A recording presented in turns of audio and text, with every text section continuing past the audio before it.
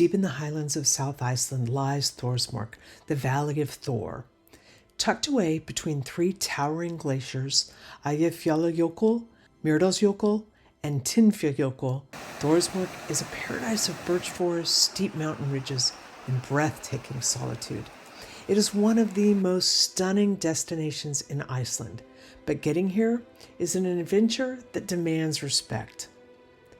Unlike standard Icelandic road trips where asphalt or well-maintained gravel guides your path, the trail into Thorsmork requires navigating unbridged, glacier-fed rivers. Every year, travelers from around the globe are drawn to this rugged wilderness. But beneath the ethereal beauty lies a stark reality. These waters are unpredictable, fast-moving, and notoriously unforgiving. Glacier rivers are dynamic organisms. They aren't static streams with a fixed depth. They change, literally by the hour. On a warm summer day, melting glacier ice accelerates the water flow, causing river levels to surge by late afternoon. Rain upstream can turn a gentle stream into a raging torrent in a matter of minutes. This is why visiting Thorsmork safely requires more than just a standard four-wheel drive vehicle. It requires specialized equipment and a lot of knowledge. Take a look at the vehicle we're traveling in today. This isn't your average rental SUV. It's a modified super vehicle. And while this one is sufficient, this is the vehicle we used the next time we came out.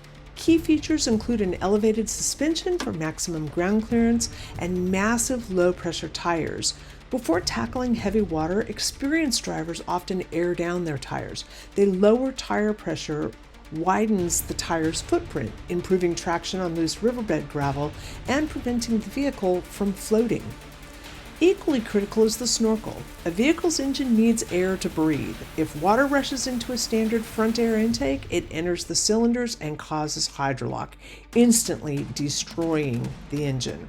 A snorkel elevates the air intake above the roofline, keeping the engine running safely even when submerged in deep water. But modified gear is only half the equation. The most critical element is driver knowledge and technique. Crossing a glacial river is an art form mastered over years of experience. Before putting a tire in the water, an experienced guide stops to read the river. They look at the surface patterns. Where the water flows smoothly, it's often deepest. Where you see ripples or whitewater breaks, the bed is usually shallower and gravelly, giving your tires something to lock onto. Guides also know the terrain hidden beneath the glacial silt. You never drive straight across a strong river. The current can push the vehicle sideways or flip small cars. Instead, guides enter the water, driving slightly downstream with the flow, riding the natural current. Speed is everything. Drive too slow, you risk sinking into shifting sands. Drive too fast, and you push a wave into your own engine bay.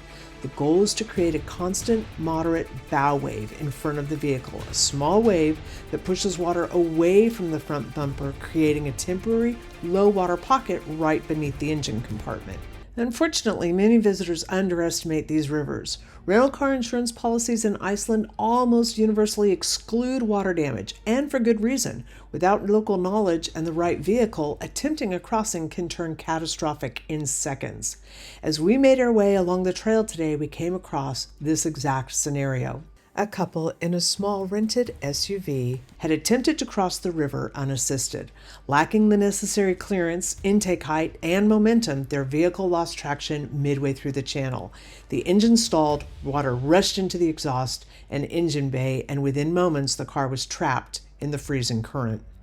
With water rising against the doors and cold glacial flow pressing against the chassis, opening the doors normally was impossible, and doing so would have immediately flooded the interior.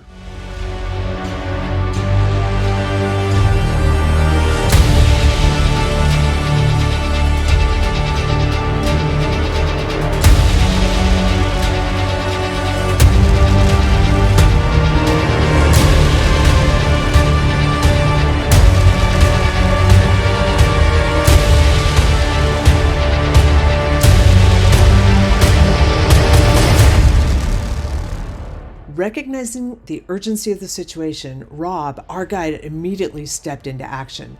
We had just made this crossing. He knew that the currents were fierce and that there were really deep spots that you just couldn't get to, even in our souped-up vehicle. Other cars were also trying to traverse this channel, and they were having trouble and having to pick different routes.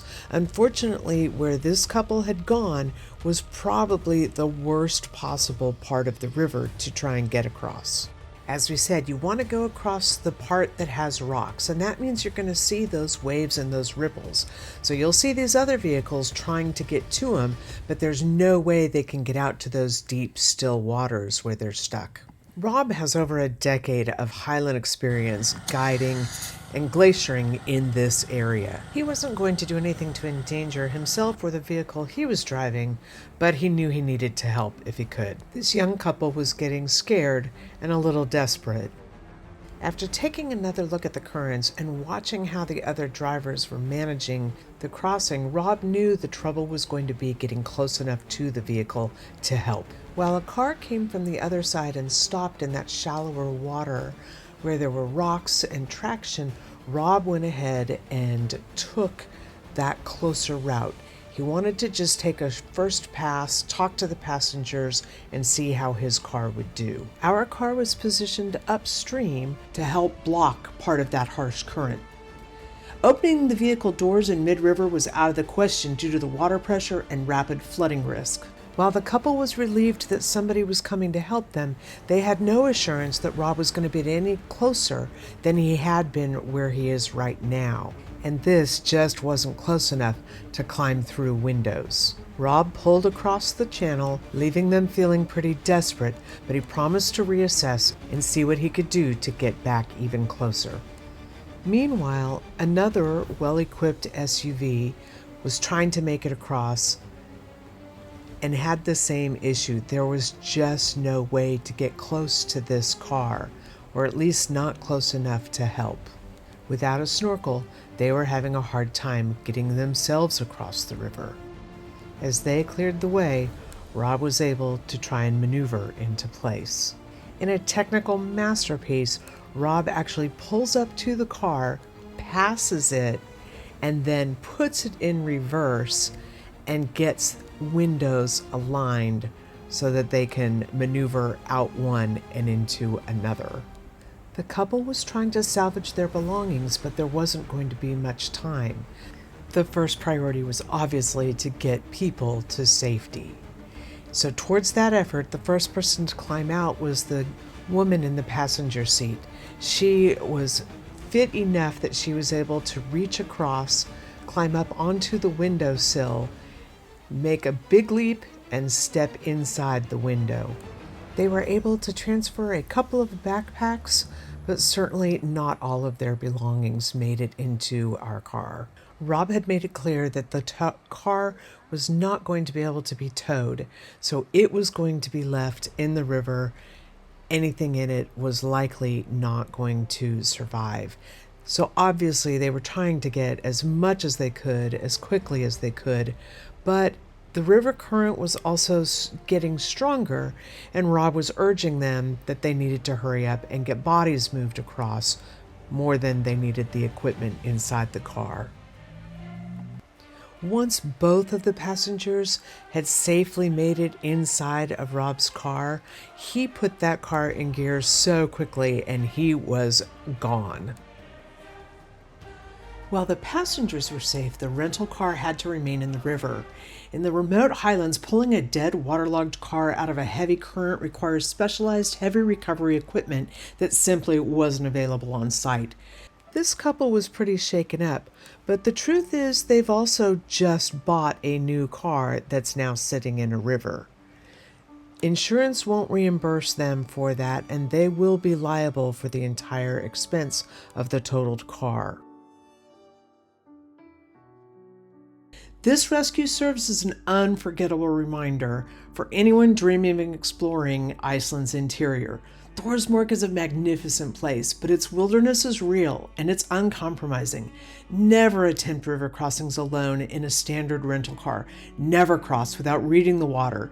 And when in doubt, always turn back or travel with a licensed local guide. Investing in expert guidance doesn't just guarantee you'll see the magical landscapes of Iceland, it ensures that you're going to live to tell that story. Thanks for watching. Stay safe out there. And to see the entire day in Thorsmork, including black sand beaches, caves, and all of the other hidden gems that Rob showed us, check out our video on Well-Traveled Life.